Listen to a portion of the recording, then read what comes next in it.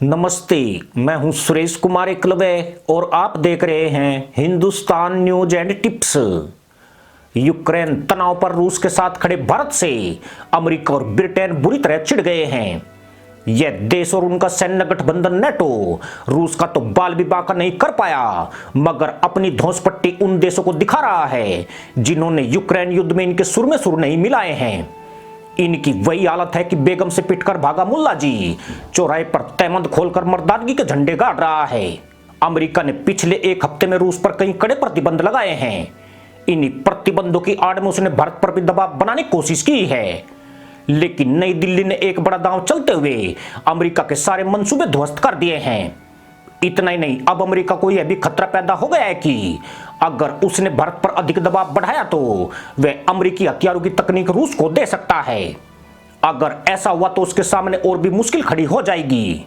दरअसल अमेरिका और ब्रिटेन रूस पर प्रतिबंध लगाकर भारत की घेराबंदी करने की कोशिश में जुटे हैं। भारत और रूस पुराने और मजबूत दोस्त हैं। अंतर्राष्ट्रीय मंचों पर भारत रूस का बचाव कर रहा है और यूक्रेन रूस युद्ध में उसने तटस्थ दिखाने की कोशिश की है। परंतु इन देशों को संदेह है कि भारत मॉस्को का सिर्फ मौखिक समर्थन ही नहीं कर रहा है, बल्कि उसे खुफिया जानकारी भेजने के अलावा खाड़ी देशों के अपने दोस्तों को भी रूस के पक्ष में करने में जुटा है। इतना ही नहीं, उन्हें संदेह है कि भारत इजराइल पर भी तटस्थ रहने का दबाव बना रहा है। खास तौर पर परसों क्वाड की बैठक में पीएम मोदी ने जिस तरह यूक्रेन मुद्दे को भाव नहीं दिया, उससे अमेरिका के कान खड़े हो गए हैं।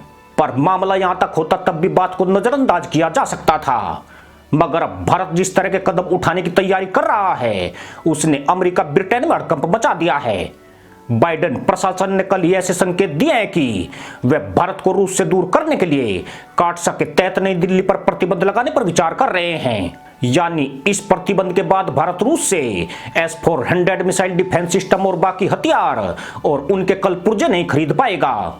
इन प्रतिबंधों से चीन और पाकिस्तान को हद से ज्यादा खुशी मिलेगी, मगर इसका सीधा नुकसान रूस और भारत को उठाना पड़ेगा। जबकि कूटनीतिक तौर पर दक्षिण एशिया में अमेरिका भी एक ऐसा सहयोगी खोदेगा जो चीन को नियंत्रित करने की कुव्वत रखता है। भारत ने भी अमेरिका के ये मंसूबे भांप लिए हैं और इन प्रतिबंधों की काट के लिए जो रणनीति बनाई है उसने अमेरिका की ही बेचैनी बढ़ा दी है।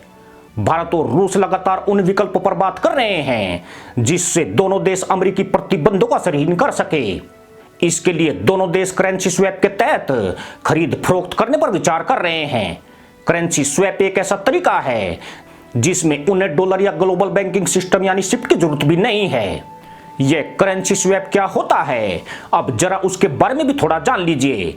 सामान्य भाषा में कहा जाए तो करेंसी स्वैप का मतलब मुद्रा की अदला बदली होता है। यानी इस समझौते के तहत दो देश आपस में अपनी मुद्रा की अदला बदली कर लेते हैं ताकि अपनी अपनी वित्तीय जरूरतों को बिना किसी वित्तीय नुकसान के पूरा किया जा सके। इस वक्त तमाम अंतर्राष्ट्रीय व्यापार अमेरिकी डॉलर में होता है, मगर पिछले कुछ सालों से अमेरिकी दादागिरी को पटखनी देने के लिए दुनिया में करेंसी स्वैप का प्रचलन तेजी से बढ़ा है। साल 2018 में भारत और जापान ने 75 अरब डॉलर के करेंसी स्वैप एग्रीमेंट पर हस्ताक्षर किए थे।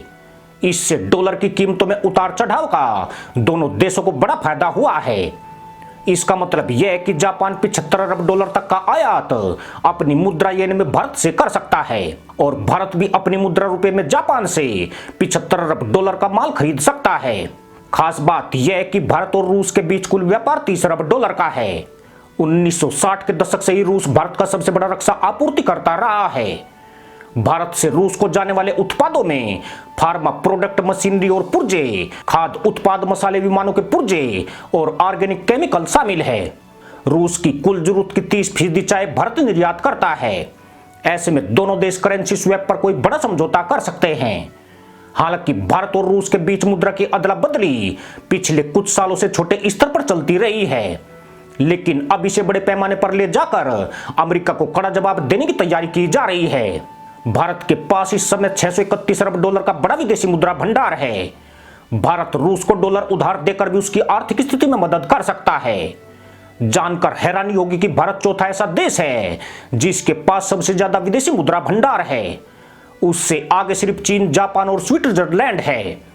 इसलिए जब तक भारत रूस के साथ खड़ा है, मॉस्को को कोई हिला दे किसी के जिगरे में इतना दम नहीं है। इसी के साथ अनुमति दोस्तों, जय जवान जय किसान जय हिंद वंदे मातरम।